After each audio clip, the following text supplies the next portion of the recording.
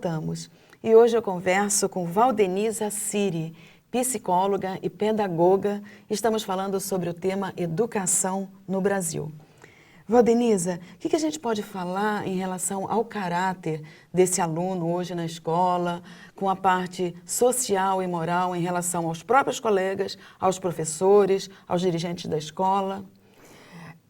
O que a gente percebe hoje é que ficou muito dividido essa questão da educação e da transmissão do conhecimento. A família, hoje, a nível social, isso já se tornou um problema social, acredito.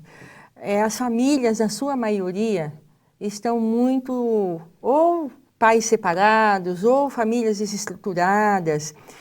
E essa integração família-escola, ela não está tão fácil na atualidade. E o que acaba acontecendo é que a gente vê que a educação e a formação da pessoa, do ser humano... O seu caráter, a sua índole. Ainda é responsabilidade da família. Sim, acho que sempre foi, né? Mas parece que a família, por conta de toda essa mudança que ocorreu, acabou delegando isso um pouco mais para a escola, mesmo porque hoje as crianças vão muito pequenas para a escola. Quando no passado as crianças só iam para a escola com 7 anos, hoje elas já vão com 3 meses. E fica o dia inteiro, né, Valdenise? E ficam o dia todo. Vê pai e mãe só à noite, final de semana, e olha lá, ainda quando vê. E, de repente, aquele cuidado que se tinha com a mãe em casa, cuidando da criança e tudo mais, hoje não se tem. Ou então tem babá, ou então tem alguma empregada que cuida. Poucas, muito poucas são as mães que acompanham isso. Aí você vai falar, poxa, mas a mulher também tinha que sair para o mercado de trabalho e tudo mais. Concordo, a gente sabe que sim. Mas as coisas nunca acontecem gradativamente, elas acontecem assim tudo muito rápido. E para as crianças isso foi uma perda, vamos dizer assim. Mas será que elas já não vêm preparadas para viver um tipo de vida, né? O espírito já não vem preparado para Hoje até sim, hoje eu acredito que até mais. Mas algumas gerações um pouquinho atrás, nem tanto. Sim. Então, o que acaba acontecendo? Fica uma coisa assim, quem educa quem?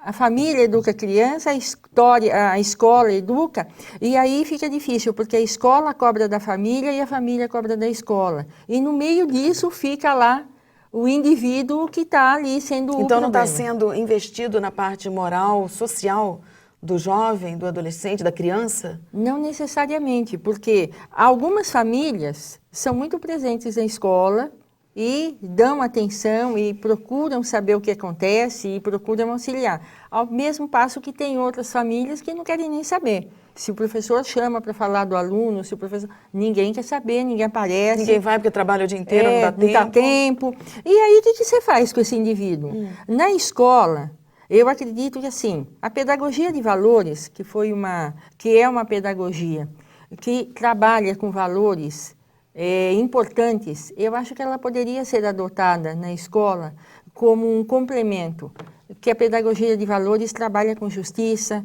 honestidade, integridade, caridade, fraternidade, respeito à natureza, respeito ao próximo. São 28 valores que você trabalha com o ser humano. Eu acho que isso falta. Falta formação moral, sim. Nem sempre a família consegue fazer a formação moral do jovem e a escola também está despreparada para isso. Né? Tem que ser, não tem. A família tem que auxiliar o professor, a escola tem que estar muito em contato. E isso realmente é difícil falta também os adultos acharem que o problema são eles e não a criança, né? Porque geralmente quando a criança está dando um problema na escola ou adolescente, a ele é o problema. Mas muitas vezes ele está sendo representante do problema total. É o problema da família que ele está carregando, é a dificuldade na escola, e aí vai ele para o tratamento. Mas e o resto? Não a criança, não trata junto, inclusive a família. Aí você chama pai e mãe, ninguém quer se envolver. Muitas vezes não, é o meu filho que está com problema. Mas será que é ele? ou ele está representando um problema que você tem e que você está transmitindo para ele. É muito difícil passar Ou às isso. vezes até é problema do aluno, da criança, e os pais não querem aceitar porque, Também. não, o filho é o bonzinho, o filho é o perfeito. Isso precisa mudar, porque quando você passa a mão na cabeça de um filho que está fazendo as coisas erradas, você está criando um caráter defeituoso. Eu conheço várias professoras que uma das queixas que muitas vezes elas têm é exatamente essa. A mãe defende o filho apesar de tudo que ele faça de errado. E, peraí, mas será que você está vendo? Eu acho que fica muito aquela coisa assim, quem eu estou formando? Exatamente. Eu estou formando quem? Porque depois, quando o filho chega numa idade, muitas vezes, que ele dá uma série de problemas, aí os pais ficam, onde foi que eu errei? Mas você tem que ter equilíbrio, tem que ter bom senso. Eu não estou generalizando, eu não estou falando que isso é 100%. Eu estou dizendo que uma grande parte das famílias agem dessa maneira. E aí complica mais, porque aquele jovem, quando ele cresce com uma série de situações que nem ele sabe o que fazer. E hoje muita violência na escola, né, Valdeniza? Você estava falando no intervalo a respeito de alguns policiais, hoje em dia, segurança dentro das escolas. Isso até é bom, não é? Olha, é e não é. Sim. Porque, na verdade, a escola, hoje se pergunta muito, a escola é lugar de policial? Ter não policial deveria, né? Dentro da escola? Alguns estados hoje já têm essa dinâmica. Mas o que acontece aí? O risco que se corre é que o policial lá dentro, ele pode também acabar sendo responsável por resolver qualquer coisa que a própria escola já poderia resolver.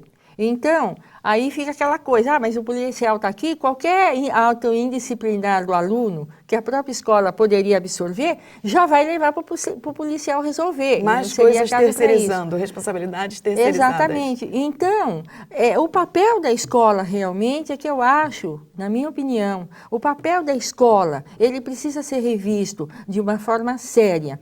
Por quê? Reich dizia o seguinte... Ele foi um cara que foi muito perseguido lá na Alemanha e acabou morrendo preso e tudo mais. Mas ele era bem revolucionário. E ele dizia o seguinte, que para o governo, o importante era que as pessoas não estivessem bem. Elas não estivessem bem sexualmente, elas não tivessem uma vida boa. Por quê? Porque as pessoas satisfeitas, elas são críticas. Elas questionam. Então, mantê-las não bem, como é a nossa educação hoje, ninguém tem senso crítico, ninguém tem sentimento de nacionalismo. Se tirou do currículo tudo que levaria o aluno a ser crítico. Tirou a filosofia, tirou programas de estudo dos problemas brasileiros,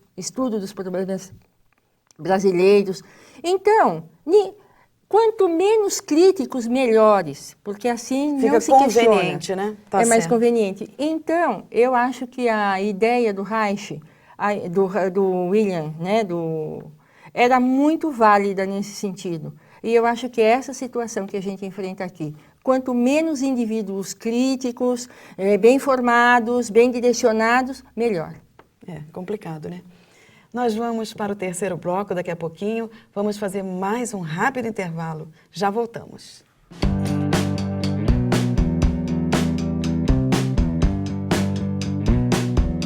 O Mundo Maior Repórter já se tornou a maior série de documentários espíritas da atualidade. Por isso, preparamos para você o DVD Mundo Maior Repórter, edição especial volume 1, com 3 edições do programa.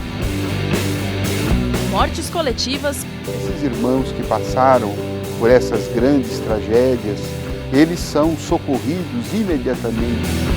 O Evangelho segundo o Espiritismo.